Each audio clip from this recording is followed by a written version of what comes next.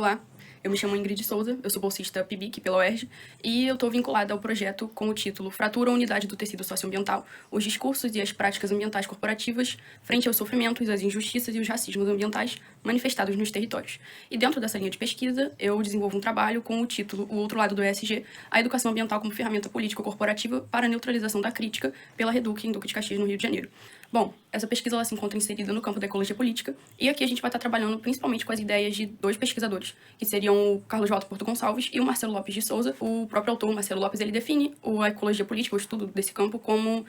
o estudo que lida com as transformações materiais da natureza e os discursos que são criados sobre ela e por meio dela, enfim. Então, é um campo que busca compreender as interações entre o que seria natural e o que seria social, e que dentro da geografia a gente tende a tratar como ambiental. O conceito-chave aí da nossa pesquisa é a educação ambiental, que no caso a gente estuda relacionando ela com o projeto Educ Fase 2, que faz parte do programa Petrobras Socioambiental, que financia ali iniciativas, ONGs e, enfim. Esse projeto Educ Fase 2, ele se direciona principalmente ali para a região dos bairros que são vizinhos à Reduc, a refinaria Duque de Caxias, e ele se baseia principalmente nessa questão da reciclagem de materiais, no uso consciente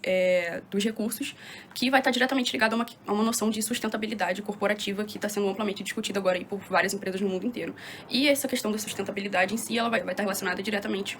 a uma política, uma sigla, ESG, que vem do inglês para ambiental, social e governança, e que é uma política que, de uns tempos para cá, tem tentado dar esse tom mais verde nas relações que existem ali entre as corporações e as populações que são, de alguma forma, atingidas ou impactadas pela ação, pelo funcionamento dessas grandes empresas. E, ao longo do trabalho, a gente vai ver que toda essa questão ela está diretamente relacionada com um conceito pautado aí pelo Porto Gonçalves, que é o de ecologismo ingênuo, que é um tipo de ecologismo que, em longa escala, ele não vai surtir tanto efeito assim, principalmente por considerar como iguais as parcelas de culpa referentes ao meio social e ao meio corporativo, no que diz respeito à crise climática e ao desequilíbrio ambiental, né? Bom, e a gente tem como objetivo geral dessa pesquisa analisar as práticas ESG da refinaria Duque de Caxias por meio do seu projeto de educação ambiental, Educ Fase 2, financiado pelo programa Petrobras Socioambiental, bem como seus debatimentos político-territoriais e ambientais. Então a gente vai ter aí como um dos objetivos específicos identificar e analisar as práticas utilizadas pela empresa abrigadas pela política ESG, bem como suas contradições. Então,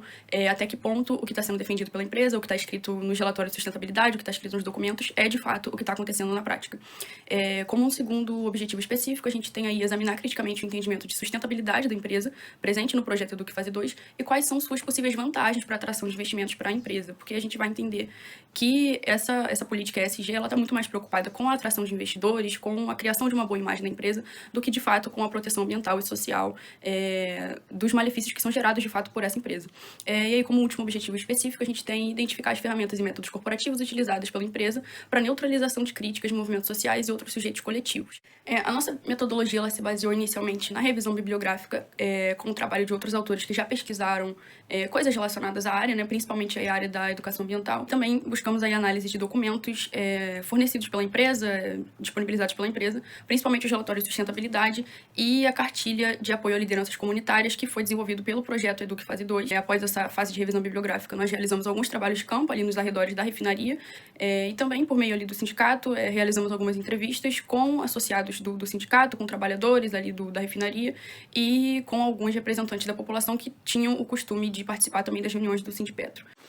Trouxe aí um mapa, né, que eu mesmo desenvolvi para a gente poder se localizar melhor no recorte espacial da pesquisa. Então, a gente tem aí a cidade, o estado e a cidade do Rio de Janeiro, ali a localização do município de Duque de Caxias, que fica na Baixada Fluminense, e também a localização da refinaria Reduc, ali em vermelho.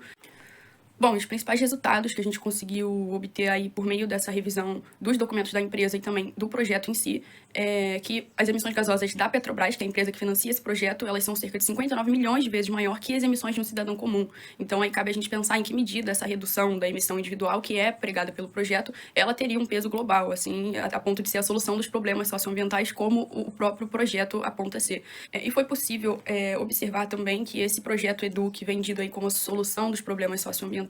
ele reciclou ao longo aí de toda a sua jornada cerca de 12 toneladas de resíduos sólidos, enquanto a Petrobras, empresa que o financia, produz em média aí 195 mil toneladas de resíduos sólidos por ano. Então, até que ponto esse projeto, essa prática de reciclagem a nível social, a nível local, ela seria de fato a solução dos problemas socioambientais, a solução para a crise climática? Até que ponto essa solução ela não viria de uma coisa maior, de uma coisa mais global, assim como é o problema de fato? Então, de uma forma geral, essa foi a nossa pesquisa, essas são as nossas referências bibliográficas. Muito obrigada.